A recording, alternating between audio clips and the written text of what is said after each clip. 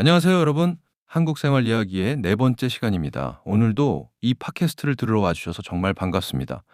요즘 날씨도 좋고 기분도 상쾌한데 다들 편안한 하루 보내고 계시나요? 여러분과 이렇게 자주 만나 이야기를 나눌 수 있어서 저는 요즘 참 기쁩니다. 우리 지난 세 번째 에피소드에서는 제가 회사에서 새로운 프로젝트 팀의 팀장이 되었던 1년 전 이야기를 들려드렸죠. 아무것도 없는 상태에서 팀을 새로 만들고 신입사원을 직접 뽑아야 해서 마음고생을 심하게 했던 기억을 전해드렸는데요. 그때 마음속에 고민과 불안이 산처럼 엄청나게 많고 스트레스를 받는 심리 상태를 뜻하는 표현을 배웠는데 기억하시나요? 네, 맞습니다. 바로 걱정이 태산이다라는 표현이었어요. 아주 유용한 생활 표현이니 꼭 머릿속에 저장해 두세요. 오늘 들려드릴 네 번째 이야기는 바로 그 면접날 이후에 벌어진 반전 스토리입니다. 걱정이 태산이었던 제가 고심 끝에 뽑은 신입사원이 드디어 저희 팀으로 첫 출근을 하던 날의 이야기인데요. 이 첫 출근 날 제 인생을 뒤흔든 엄청난 비밀이 밝혀지게 됩니다. 그럼 오늘의 이야기 지금 바로 시작합니다. 1년 전 그날 제가 면접을 통해 선발한 신입사원이 저희 부서로 정식 첫 출근을 했습니다. 지원서에 적힌 이름은 이지은 씨였죠. 저는 초보 팀장으로서 부하 직원에게 다정하면서도 든든하고 멋진 상사의 모습을 보여주고 싶어서 아침부터 괜히 정장 옷깃을 만지며 긴장하고 있었습니다. 지은 씨 역시 첫 출근이라 긴장했는지 얼굴이 조금 굳어 있더라고요. 우리는 사무실에서 철저하게 회사 규칙을 지켰습니다. 서로 예의를 갖추며 존댓말을 썼고 지은 씨는 저를 팀장님이라고, 저는 지은 씨라고 부르며 부서 업무를 하나씩 소개해 주었죠. 그러다 오전 업무 시간이 지나고 드디어 기다리던 점심시간이 되었습니다. 저희는 구내식당에서 함께 밥을 먹었어요. 밥을 먹으면서 어색함을 깨기 위해 지은 씨는 고향이 어디예요? 학창 시절에는 어떤 학생이었어요? 하고 사적인 질문들을 가볍게 던지며 대화를 나누기 시작했어요. 지은 씨는 미소를 지으며 자신이 자란 동네와 다녔던 학교에 대해 말해 주었습니다. 그런데 대화를 나누면 나눌수록 이상하게 소름이 돋기 시작하는 거예요. 지은 씨가 태어나고 자란 동네가 제가 어린 시절을 보낸 동네와 정확하게 일치했고, 심지어 졸업한 초등학교까지 완벽하게 똑같았던 거죠. 그 순간 제 머릿속이 멍해졌습니다. 설마, 진짜 설마 하는 마음에 숟가락을 내려놓고 앞에 앉아 있는 지은 씨의 얼굴을 아주 자세히 뚫어지게 들여다보았어요. 그러니까 짙은 화장과 단정한 회사 정장 뒤에 숨겨져 있던 얼굴 윤곽이 그제야 제대로 보이기 시작하더라고요. 동그란 눈매와 활짝 웃을 때 생기는 보조개. 그건 바로 제가 초등학교 시절 매일같이 붙어 다니며 떡볶이를 먹으러 다니던 제 단짝 친구 이지은의 얼굴이었습니다.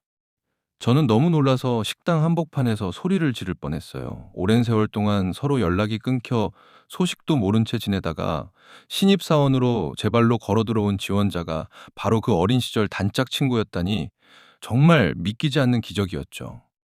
가만히 생각해 보니 초등학교 시절 우리가 친해진 계기도 딱 친구 따라 강남 간다는 속담 같았습니다. 어릴 적 지은이는 언제나 활발하고 대장 같은 아이였고 반대로 저는 조금 조용하고 소심한 아이였거든요. 지은이가 학교 끝나고 야, 우리 떡볶이 먹으러 가자 하고 제 손을 잡아 끌면 저는 언제나 얼떨결에 그러니까 내 생각과 상관없이 갑자기 지은이를 따라가곤 했습니다. 그러다가 둘도 없는 단짝 친구가 되었죠. 그뿐만이 아니었어요.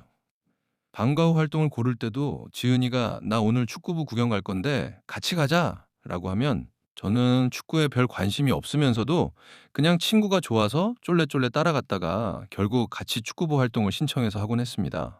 어릴 적에 저는 언제나 줏대 없이, 그러니까 제 스스로의 뚜렷한 기준이나 주관이 없이 그저 그 친구가 하는 대로 친구를 졸졸 따라다니던 아이였습니다. 그런데 인생이라는 건 정말 알다가도 모를 일입니다. 어릴 때는 제가 항상 그 친구의 뒤만 따라다녔는데 수십 년이 지난 지금은 상황이 완전히 정반대로 바뀌어버린 것이죠. 그 단짝 친구가 이제는 팀장이 된 저를 따라 우리 회사, 우리 팀의 신입사원으로 제 발로 걸어 들어온 셈이니까요. 점심을 먹다 말고 눈앞에 있는 오랜 친구의 정체를 깨달은 저는 속으로 감탄하며 생각했습니다. 인생 참 모를 리다 하고 말이죠. 오늘의 핵심 표현은 이야기의 중심을 관통하는 한국의 아주 유명한 속담, 바로 친구 따라 강남 간다입니다. 여러분을 위해 이 속담이 가진 정확한 의미와 실생활에서의 뉘앙스를 쉬운 한국어로 자세히 풀어서 설명해 드릴게요.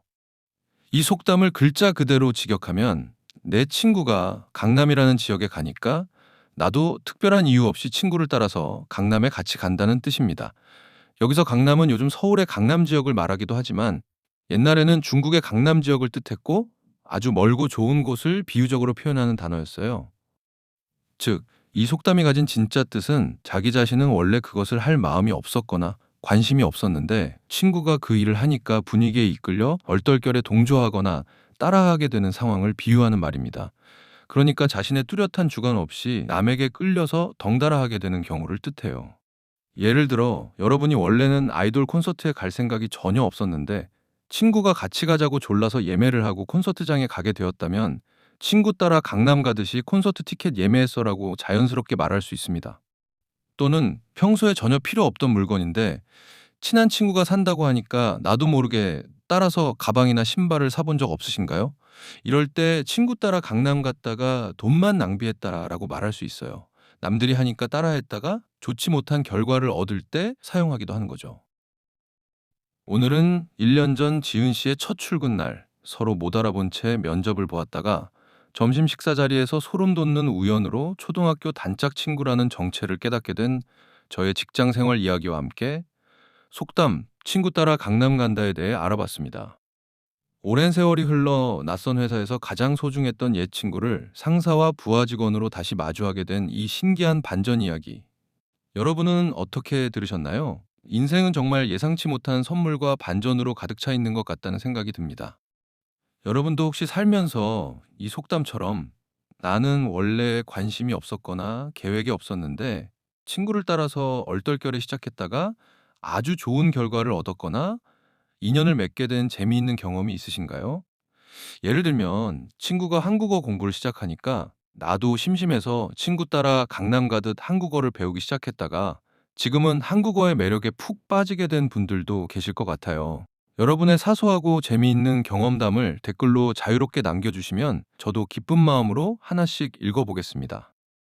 그럼 여러분, 주위의 소소한 우연 속에서 행복을 발견하는 편안하고 즐거운 하루 보내시길 바랍니다. 저는 다음 시간에 더 흥미진진한 뒷이야기로 찾아오겠습니다. 다음 시간에 다시 만나요. 안녕히 계세요.